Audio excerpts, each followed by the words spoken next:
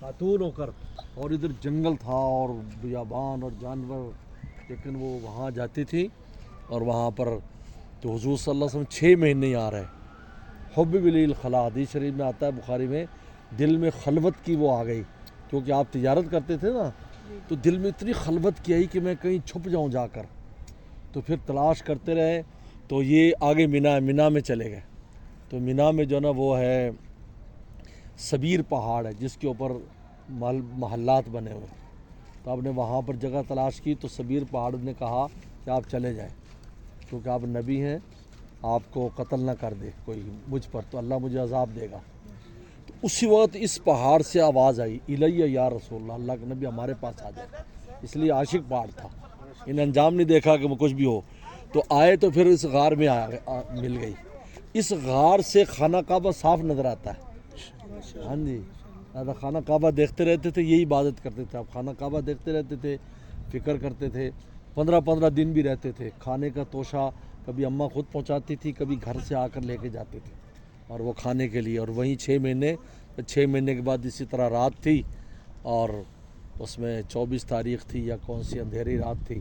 جبریل السلام آئے اور اقرا کی پہلی 5 آیات دیں، اور 3 دفعہ آپ کو دبا اقرا کی پہلی 5 آیات. میرے شیخ یہ فرماتے نا کہ خلوت غار ہیرا سے ہے طلوع خورشید، خلوت غار ہیرا سے ہے طلوع خورشید، کیا سمجھتے ہو دوستو ان ویرانوں کو. ویرانوں میں خزانے ہوتے ہیں. یہ فرماتے اپنے دل کو اگر ویران کر لے انسان، تو اس میں اللہ کی محبت کا خزانہ پیدا ہو جائے گا. اگر تمنائیں یوں یوں یوں تو پھر خزانہ نہیں آتا، ویرانے دل میں خزانہ آتا. تو یہ پہلی پورے عالم میں جو پہلی وحی نازل ہوئی یہاں پر، پہلی اقرا کی 5 آیات. پھر سورہ فاتحہ بھی یہاں نازل ہوئی، سورہ مدثر بھی اسی وادی میں نازل ہوئی. کیونکہ آپ ادھر پھر آتے تھے بعد میں بھی، 3 سال وحی نہیں آئی، تو آپ کو اتنا یاد آتا تھا. وہ وحی کی اتنی لذت ہوتی ہے، اللہ کا کلام کتنی لذت ہوتی تھی نبی پر کہ آپ کو برداشت نہیں ہو رہا تھا. تو آپ یہاں آتے نا تو اس پر چڑھ جاتے. تو حضرت جناب میکائیل علیہ السلام آتے، اور وہ آ کر ظاہر ہوتے، کہتے انک لرسول اللہ حق، آپ اللہ کے رسول ہیں. تو آپ کو دل میں سکون ہو جاتا، پھر آپ واپس آ جاتے. تو پھر جبریل السلام ظاہر ہوئے ایک دن، وہ پورا افق بھرا ہوا تھا، 600 پر ایسے کھولے ہوئے تھے انہوں نے. تو دیکھ کر آپ پر خوف طاری ہو گیا. تو آپ نے جلدی دوڑتے ہوئے گئے گھر، کہا کہ مجھے چادر پہنا دو. اس وقت یا ایھا المدثر قم اے چادر پہنے ہوئے اٹھ کھڑا ہو، اب قوم کو ڈرا. بس اس کے بعد تبلیغ شروع ہوئی، پھر جو سختیاں اور جو بھی تکالیف آپ کو آنا شروع ہوئی. تو 3 سال تک نبی رہے، 3 سال کے بعد رسول بن گئے. ہاں جی، نبی جو غیب کی خبر دیتا ہے، رسول وہ جس پر کتاب نازل ہوتی ہے اور جہاد کا جن کو حکم ہوتا ہے. تو 3 سال میں قم فانذر، ڈراؤ، آپ قوم کو ڈراؤ.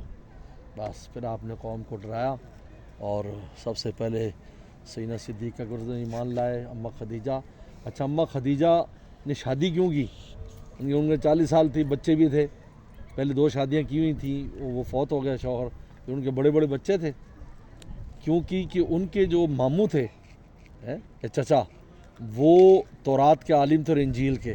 تو وہ گھر میں ذکر کرتے تھے کہ نبی آنے والا ہے، ہم میں سے آئے گا، وہ یہ کہتے تھے. تو ان کو جب تجارت کے لیے قافلہ بھیجا نا، صادق الامین مشہور تھے.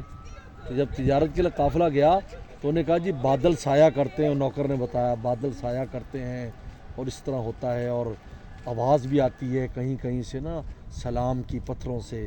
میں نے ان کو ساتھ رہا ہے، تو سمجھ گئی کہ یہی ہے. لہٰذا کہا میں نے آپ سے شادی کرنی. شادی اس لیے کی، یعنی پہلے سے شادی کر لی.